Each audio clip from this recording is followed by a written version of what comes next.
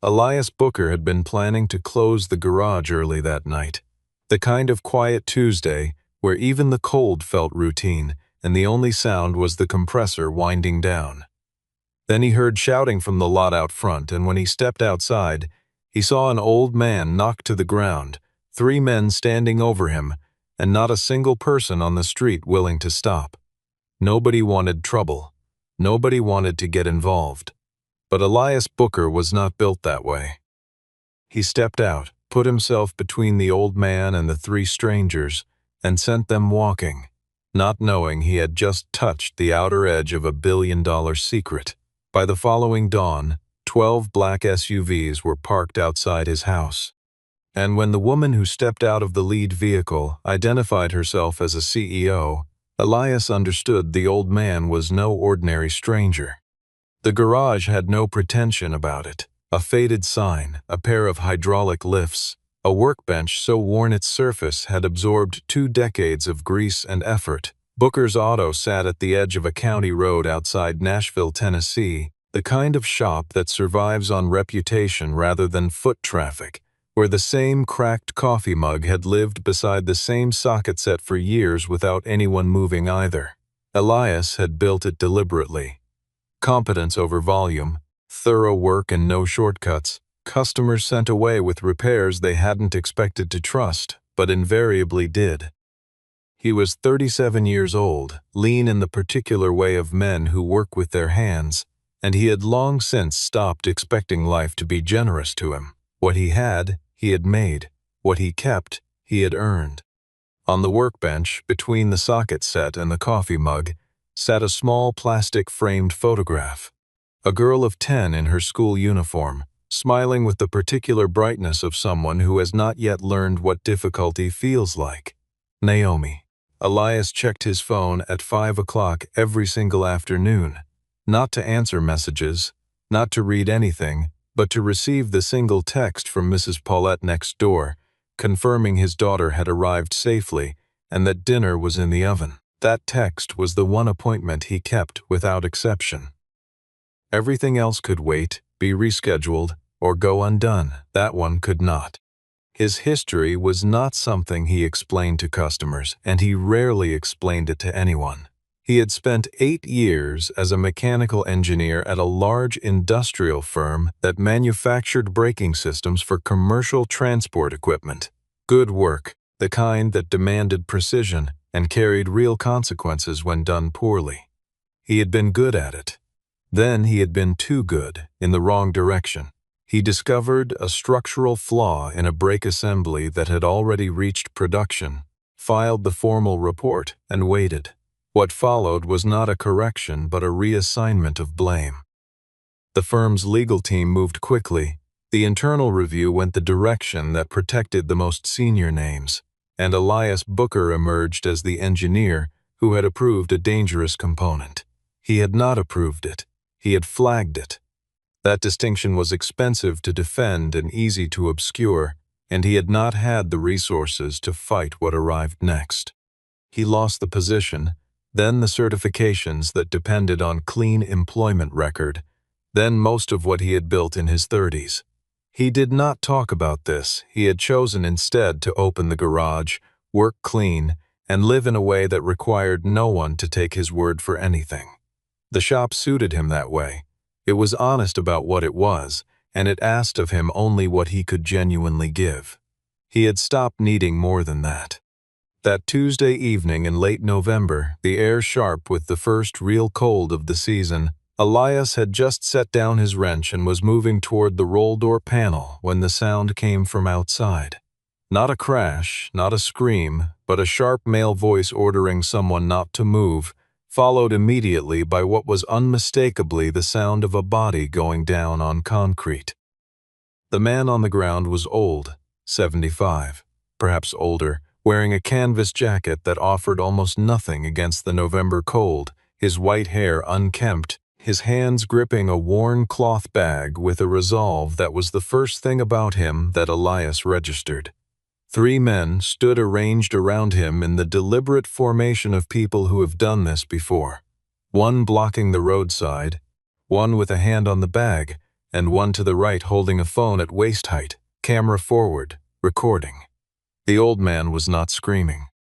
He was speaking in a controlled, low voice, telling them they had no legal authority over anything in that bag, and his composure, in the cold, on the ground, outnumbered, was remarkable.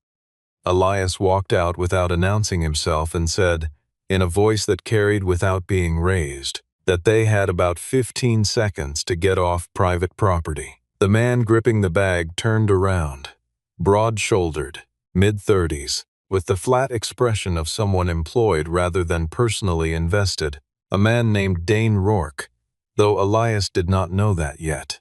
Rourke looked at him the way certain people look at anyone they have already categorized, a mechanic, a nobody, a person whose presence registered as inconvenience rather than threat.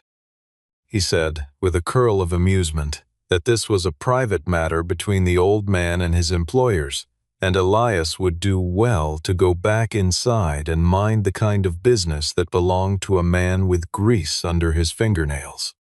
Elias did not raise his voice.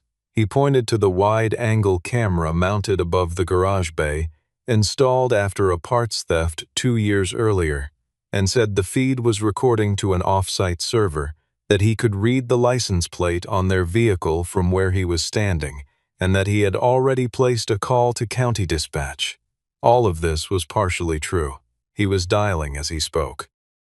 The three men exchanged a look that was shorter than a full decision and longer than an instinct, and after a moment holding the particular tension of men calculating odds, Rourke released the bag, gestured to the others, and walked toward the parked sedan at the far end of the lot.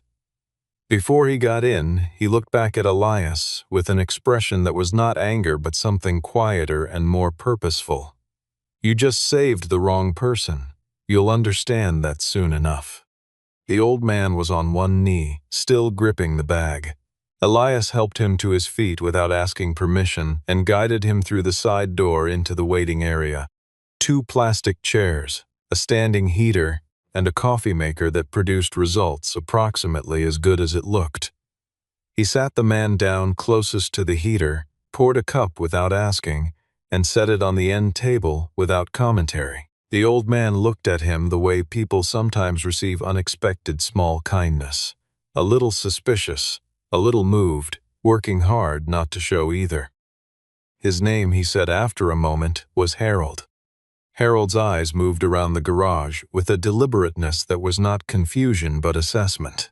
He paused on the engine assembly at the secondary bench, a mid-century flathead diesel, the kind not seen in commercial service for 40 years, and asked, with precise technical vocabulary, whether the intake timing had been recalibrated for the fuel mix or retained from the original specification.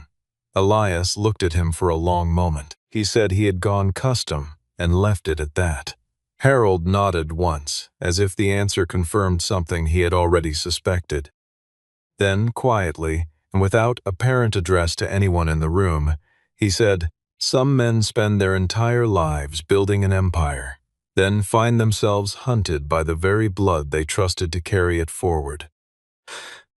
Elias offered to call a shelter or the non-emergency line, or both. Harold refused each with the calm precision of someone who had thought through these options and reached conclusions. He said there were people in the local system who had already been made aware of his movements, perhaps through financial channels, perhaps through direct contact, and that presenting himself at any official location before he was ready would end things badly and quickly. Elias was not ready to accept all of it, but he was willing to accept that the man in front of him was genuinely afraid of something real. The performance of fear and the reality of it looked different. Harold was not performing. From the cloth bag, Harold withdrew a pocket watch. It was old, not antique store old, but genuinely aged, its gold casing worn smooth at the edges in the way of objects carried every day for many years. Engraved on the cover was a letter-formed W, intertwined with a hawk in full flight.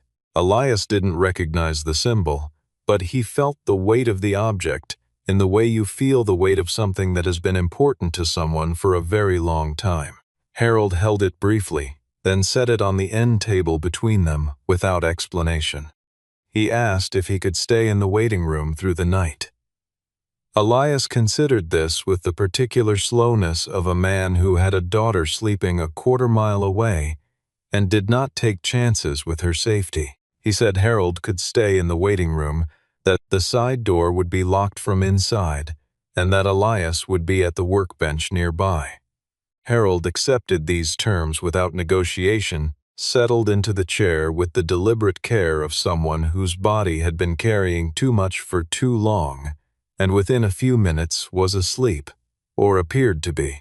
Sometime after midnight, while Elias was working through parts inventory at the bench, he heard the old man murmur. 2 names, Victoria, then Preston, then a phrase half-formed and low, something about a trust, something about an amendment, the word dominion spoken with the weight of a proper noun, carrying the history of something large and old. Elias wrote nothing down. He had learned to wait before reacting to things he didn't yet understand. Just before 2 in the morning, he noticed a dark sedan parked across the road. A figure raised a phone toward the garage for several seconds, then drove away without hurrying. When Elias returned to the waiting room at 4:30, the chair was empty. Harold was gone. The coffee cup had been rinsed and set upside down by the sink. On the end table, where the man had been, sat the pocket watch and a small square of paper torn from the back of a parts catalog. In handwriting that was precise and unhurried, it read, "Do not trust the first person who comes looking for me." Elias drove home in the charcoal pre-dawn, parked in his driveway, and sat in the cab of the truck for a few minutes, running through the night with the discipline of a man who knows that trying to solve incomplete problems is how you make mistakes. He had an old man, 3 men who wanted something from him, a pocket watch with a symbol he didn't recognize, and a warning on a torn scrap of paper. He brought the watch inside, set it on the kitchen counter, started the coffee, and decided to let it sit until something clarified itself. The clarification arrived 40 minutes later, in the form of sound. A low engine note that was not the county road's usual morning traffic, then another, then several more, a rolling sequence that did not sound like coincidence. He stepped to the front window and counted 12 black SUVs moving with the coordinated discipline of a security detail, filling the short street in both directions with a quiet finality that left no ambiguity about who they had come for. The windows were uniformly dark. The vehicles sat running, exhaust rising in the cold morning air, and the men who stepped out were dressed alike. Dark suits, earpieces, the still attentiveness of people paid to wait and act on instruction. Elias checked the hallway. Naomi's door was closed, the small nightlight still glowing at the baseboard. He called Mrs. Paulette, spoke quietly for 30 seconds, and watched through the side window as his daughter's silhouette appeared at the back door with her bag over one arm and moved without protest through the shared hedge to the neighbor's kitchen. He exhaled once, then went to the front door. The woman who walked toward him from the center vehicle was in her early 40s, wearing a charcoal coat over a suit that had not been slept in, with the posture of someone who had spent decades walking into rooms that required it. Her face was composed, but not rested, a specific exhaustion around her eyes that suggested several days without adequate sleep and an intelligence working at full capacity through all of them. She stopped at the foot of his porch steps and looked at him the way someone looks at a person they have already researched and found legible, but not entirely predictable. She said, "I'm looking for Harold Whitcomb. I have reason to believe he was here last night." Elias did not answer immediately. He remembered the note. He was looking at a woman who had arrived with 12 vehicles and a degree of precision that made clear this response had not been assembled in the previous hour. He said, "If you came here to threaten a mechanic, you brought a lot of cars." She didn't react to that. She produced a business card and held it toward him. The card read Victoria Whitcomb Ashford, Chief Executive Officer, Whitcomb Dominion Industries. She said Harold was her grandfather.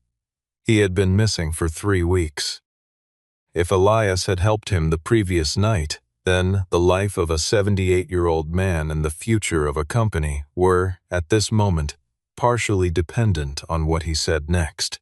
He took the card. He stepped back. He said she had better come inside. When he set the pocket watch on the kitchen table between them, Victoria Whitcomb Ashford went very still. She looked at it for a long moment before she spoke. "He only gives that to someone he trusts with his life," she said quietly. "He has given it to exactly 2 people in 60 years. I am the other one." Victoria did not describe the Whitcomb family situation the way someone seeking sympathy describes their problems. She described it the way a CEO presents a risk analysis, efficiently, with clear causal chains and named actors. Harold Whitcomb had founded Dominion in the 1970s from a 2-truck freight operation in eastern Tennessee. The company had grown through energy infrastructure, logistics, and industrial transport into one of the largest private conglomerates in the southeastern United States, holding assets currently valued at approximately $42 billion. Harold had stepped back from daily operations 12 years ago, but retained ultimate control through a family trust specifically structured to prevent dilution of his founding authority. The arrangement had held for years. It stopped holding when Preston Ashford began quietly building a coalition within the board to have Harold declared mentally incapacitated. Preston was Harold's nephew by marriage, positioned over a generation of proximity and careful relationship management into the role of acting chairman during Harold's semi-retirement. 3 weeks before, Harold had discovered alterations in the trust documentation, not original filings, but amendments filed through a subsidiary legal entity that most of the board had never seen. The alterations were designed to route emergency voting authority to Preston in the event Harold was declared unable to exercise judgment. Harold had confronted no one. He had simply disappeared, taking with him the only physical copies of documents capable of proving the alterations were fraudulent. The men who had confronted Harold outside the garage were employed, through 3 layers of corporate separation, by Preston's private security operation. Their objective had not been robbery. It had been documentation. They needed footage of Harold behaving erratically, evidence they could present to the board as corroboration of his diminished capacity. The cloth bag had contained files Harold had been carrying, and the 3 men had needed either those files or the footage, preferably both. Elias listened without interrupting. When she finished, he said, "Why can't the CEO of a $40 billion company protect her own grandfather?" Victoria held his gaze and said, "Because the man doing this has been inside the house for 20 years. You don't see that kind of betrayal from the outside, and by the time you do, everyone whose loyalty you would call on has already been reached first." Elias looked at the table. He understood that particular dynamic in ways she could not know. She offered compensation for information. The offer landed on Elias the way such offers always did, not offensively, but without purchase. He said he didn't want money. He said, "If I help, it's not for what you can give me. It's because an old man was scared and ended up on the ground outside my garage, and nobody else stopped."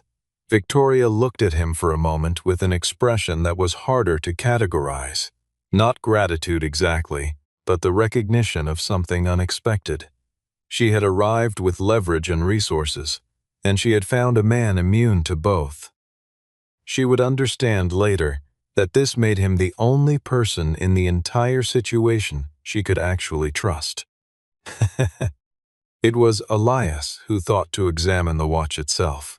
He turned it in his hands with the attention of someone who has spent years understanding how mechanisms conceal things inside other mechanisms, and within a few minutes he found it. The rear cover had been reseated with a tolerance too precise for its era. visible only to someone familiar with hardware of that period. He opened it with a dental pick from the bench and found, fitted flush against the movement's caseback, a piece of metal foil no larger than a fingernail, etched with a set of coordinates. Victoria stared at it. She said her security team had held the watch briefly during the search and found nothing. Elias said, "Harold didn't hide this in a phone. He hid it in something people would look at and assume they already understood."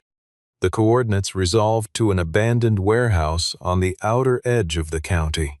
Formerly a Whitcomb Dominion regional freight hub, decommissioned 8 years prior and never transferred out of the family's holding company. Victoria wanted to move the full security detail. Elias recommended against it strongly. If Preston had surveillance on Victoria's movements, which was almost certain, 12 vehicles arriving at a dark warehouse in the pre-dawn would precede them as signal by several hours.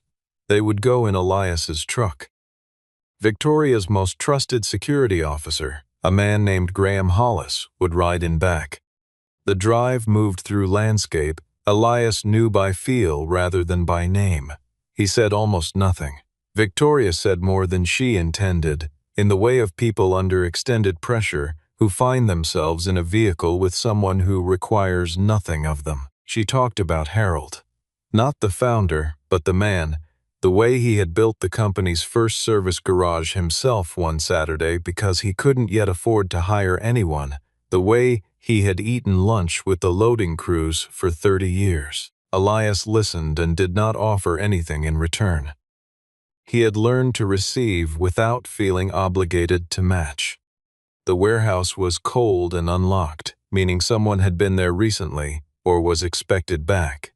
Inside, under a dropped ceiling panel near the dock office, a prescription bottle, a fold of thermal blanket, and a black and white photograph of a much younger Harold Whitcomb standing before 2 freight trucks. On the back of the photograph, in the same unhurried hand as the garage note, a single name, Marianne Bellamy. On the return drive, Graham mentioned the headlights that had appeared in the mirrors 3 minutes out and held distance for the rest of the route. Someone already knew they had been there. Marianne Bellamy lived in a narrow Victorian house 4 towns over, curtains drawn in midday, the doorbell disconnected by apparent choice. She had been Harold Whitcomb's private legal counsel for 31 years. When she opened the door and saw Victoria, she began to close it again. It was only when Elias held up the pocket watch that she stopped. She looked at his face, not his credentials, not his connection to the family, but his face, and then stood aside and let him in. She said she had been waiting for someone Harold trusted to find their way to her. She had not expected that person to be a mechanic from Burnside County. The information Marianne held was this: Harold had prepared a final amendment to the Dominion Trust, a document she had drafted at his instruction and held under separate seal. The amendment contained a provision that required Harold to appear in person before a board quorum within a defined time window to confirm his own capacity, in the event he was reported missing under circumstances suggesting coercion. Without that confirmation, voting authority suspended entirely. It did not transfer to Preston, it simply halted. The window was closing. The full board meeting had been called for noon that same day. If Harold did not appear and speak for himself before the vote, the suspension clause would lapse, Preston's motion would carry, and the amendment would be rendered irrelevant. Then Marianne told Elias something she had told no one. Among the documents Harold had been quietly researching through private channels was the record of a brake assembly dispute at a firm called Carver-Macon Industrial, a firm that had held a subcontract relationship with Whitcomb Dominion during its infrastructure expansion years. Harold had reviewed the internal correspondence. He knew the engineer who filed the safety report had been deliberately repositioned as the liable party. He had known the name Elias Booker for some time. He had been preparing to act on what he knew. The evidence he had been carrying in the cloth bag included a copy of the original Carver-Macon internal correspondence. The correspondence that would prove the reassignment of blame had been coordinated through Preston's procurement network. The bag was gone. Rourke had it. The phone on Marianne's desk rang. She answered, listened 4 seconds, and set it down. The voice on the line had said, "If Victoria brings the old man to the board, none of them will leave the morning intact." By 8 o'clock that morning, Preston Ashford was on a prepared media call, speaking with the measured grief of a man who loved his family and found himself painfully concerned about an opportunist who had inserted himself into a private family situation. He named Elias Booker as a mechanic from rural Tennessee who had made contact with an elderly, confused man and was now working in coordination with Victoria Whitcomb Ashford to obstruct legitimate board proceedings. He used the word manipulated 7 times in 9 minutes. It was a professional performance, controlled, sympathetic, internally consistent, and designed to run in the window between the current moment and noon. By 8:40, the business press had the statement. By 9, 3 of Elias's repair appointments had canceled. His phone accumulated voicemails across a range from curious to threatening, and when someone posted the garage address in connection with the story, the character of those messages changed.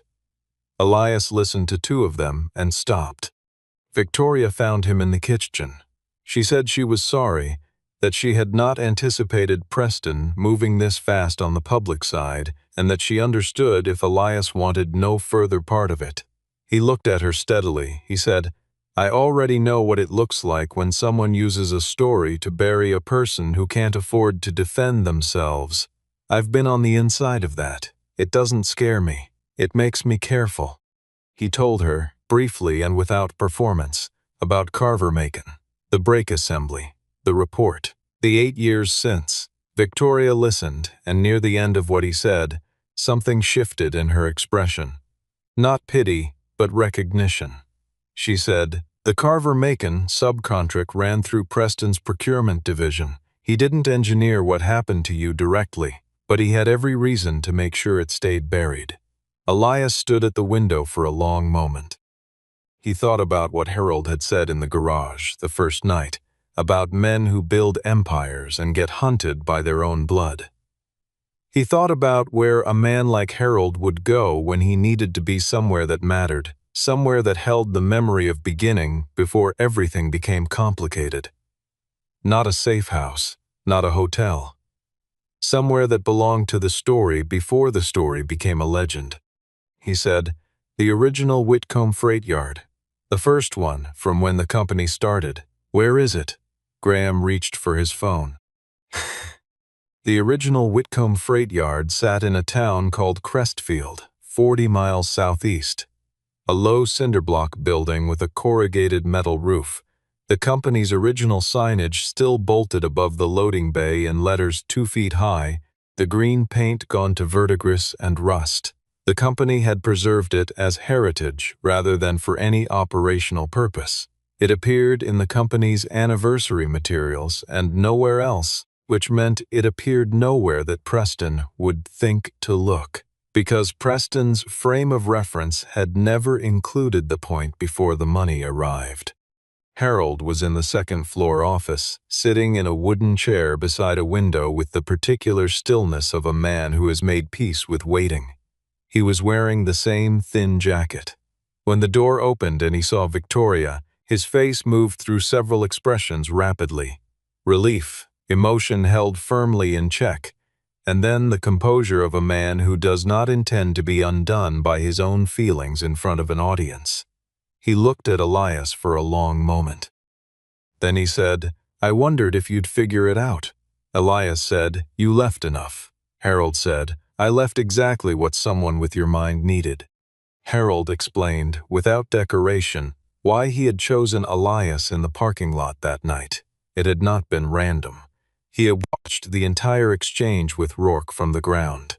How Elias handled a threatening situation without resorting to it himself. How he protected a stranger without asking a single question about who that stranger was. how he turned down Rourke's implicit offer of easy non-involvement. Harold had been evaluating people for 60 years. He knew what he was looking at. He knew he was looking at a man who had been hurt by a corrupt system and had not let it make him corrupt. He confirmed that the cloth bag had contained copies of the Preston correspondence, the Carver-Macon files, and 2 affidavits from board members who had been coerced. The originals were distributed in places Preston would not find because Preston had never understood that the most durable storage is built before you know you will need it. He gestured toward the old freight management console in the corner, a late-model 1980s proprietary network terminal, running on hardware no modern intrusion tool was calibrated to reach. He had loaded files onto its internal storage 17 years prior and had never removed them. He believed they were still there, but the mechanical restart sequence required assistance he was no longer physically capable of providing alone. Elias was already at the panel. The restart required 22 minutes of the kind of diagnostic patience that belongs to people who have spent years learning to listen to machines rather than force them. He worked through the cold start sequence methodically, reading resistance in the connection points, coaxing a reluctant system back to function through attention rather than pressure. The terminal came live. The directory was there, dated 16 years prior. Internal correspondence between Preston's procurement entity and Carver-Macon's senior management. A contract with Rourke's security consultancy predating the current events by 3 years. A psychological evaluation marked with a fabrication notation in Harold's own hand, and a 64-page document simply titled Dominion Trust, Chain of Custody Review. They were mid-transfer when the sound arrived from below, gravel under tires, doors, and Rourke's voice giving instructions. Graham moved toward the stairs. Elias stopped him with one hand on his arm. He said, "They want the files. If we fight our way out, we lose time we don't have, and we draw the kind of attention that makes noon impossible. We need to be at that building in 90 minutes." He had studied the building's layout with the automatic attention of someone who never walks into a structure without understanding how it works. There was a secondary loading corridor running the full length of the east wall, used for vehicle positioning in the original freight operation, terminating at a roll door mounted on a manual crank mechanism.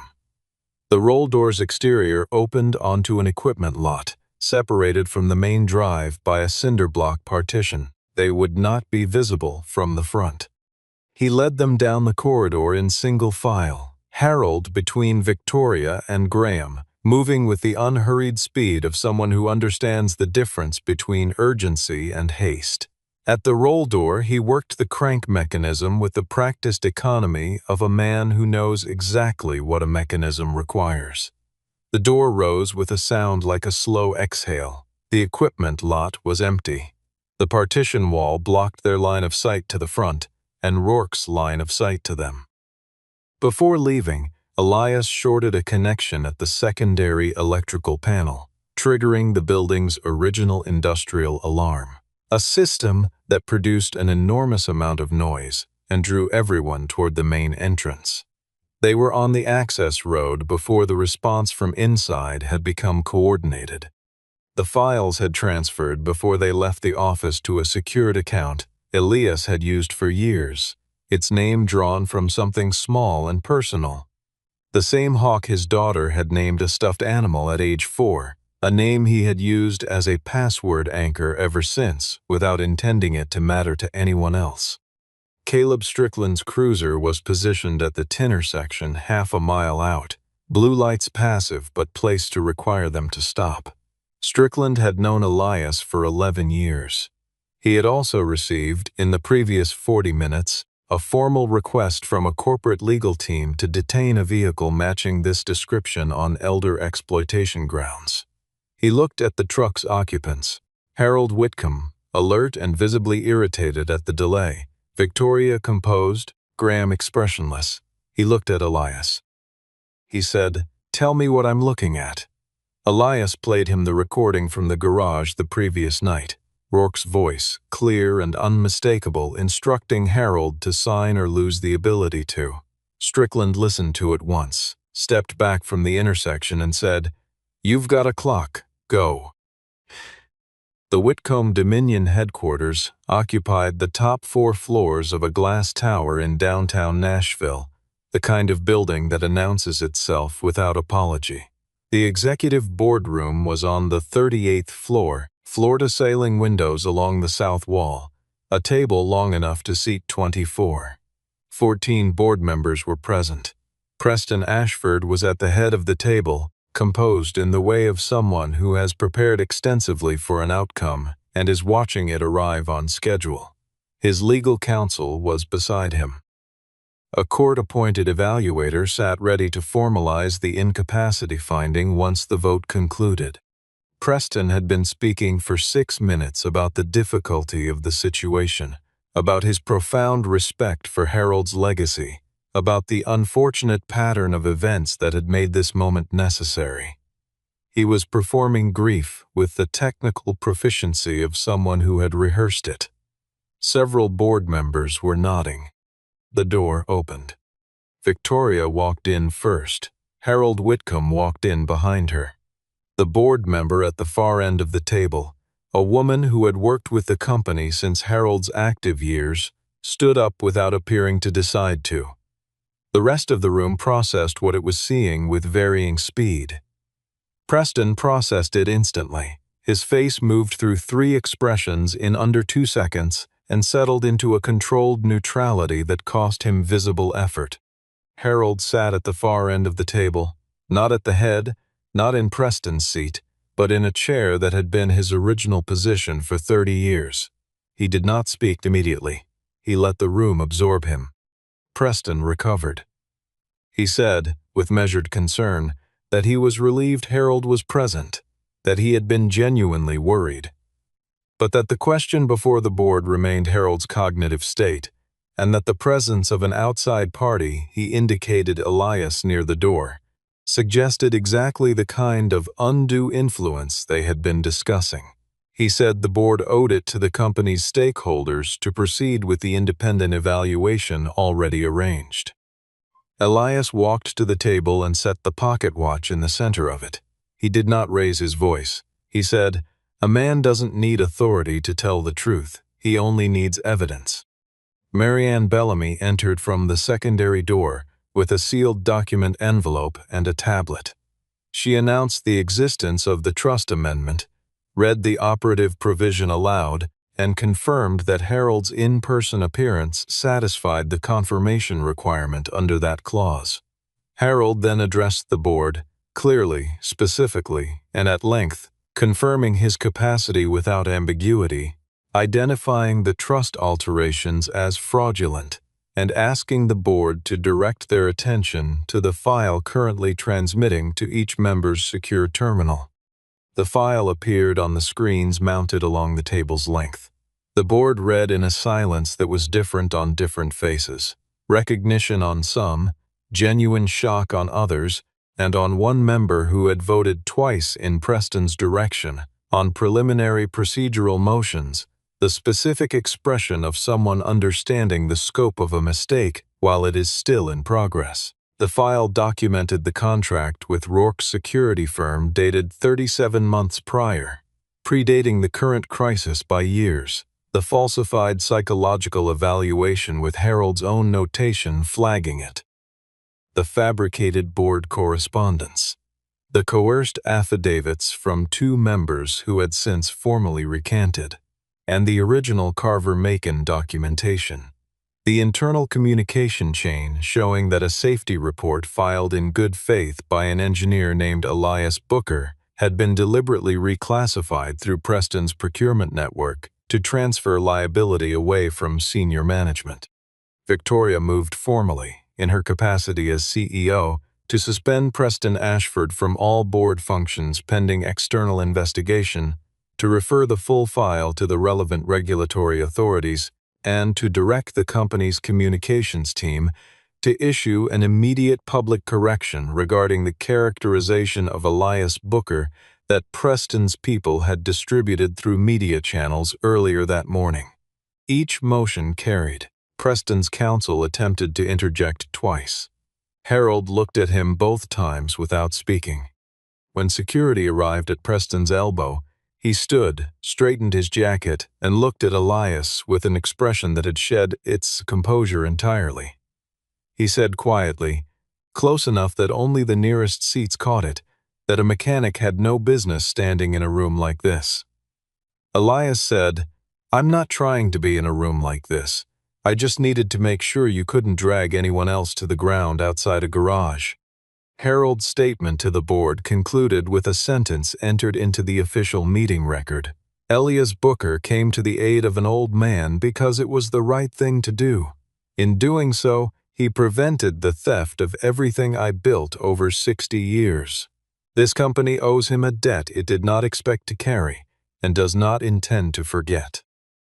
An hour after the meeting, Victoria found Elias on the building's rooftop terrace, a narrow platform above the mechanical level where the city spread below in the clear December afternoon, cold and bright. She had changed at some point and looked, for the first time since he had met her, like a person who had fully exhaled. She thanked him without preface. He said he didn't need thanks. She said she understood that, and she was doing it anyway.